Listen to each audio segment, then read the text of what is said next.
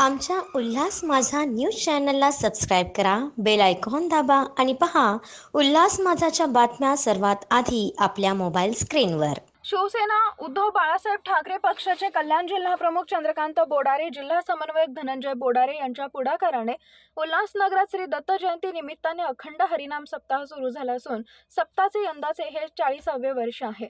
Camp number 4 malaria कार्यालयाजवळ 1983 साली श्री दत्त मंदिर नवनाथ भजनी मंडळाची स्थापना करण्यात आली होती। तेव्हापासून दत्त जयंतीच्या निमित्ताने चंद्रकांत बोडारे आणि धनंजय बोडारे यांच्या पुढाकाराने अखंड हरिनाम सप्ताहाचे आयोजन करण्यात येते। या सप्ताहात महाराष्ट्रातील विविध शहरांमधील हरिभक्तपरायण महाराज यांच्या कीर्तनांचे आयोजन करण्यात येत असून नागरिकांचा त्यास उत्स्फूर्तपणे प्रतिसाद मिळत आहे। 20 तारखेपासून अखंड हरिनाम सप्ताह सुरू झालेला आहे। 26 डिसेंबर रोजी श्री दत्त जयंती पालखी सोहळ्याचे आयोजन करण्यात आले असून 27 तारखेला समापन होणार असल्याचं चंद्रकांत बोडारे धनंजय बोडारे यांनी सांगितलंय।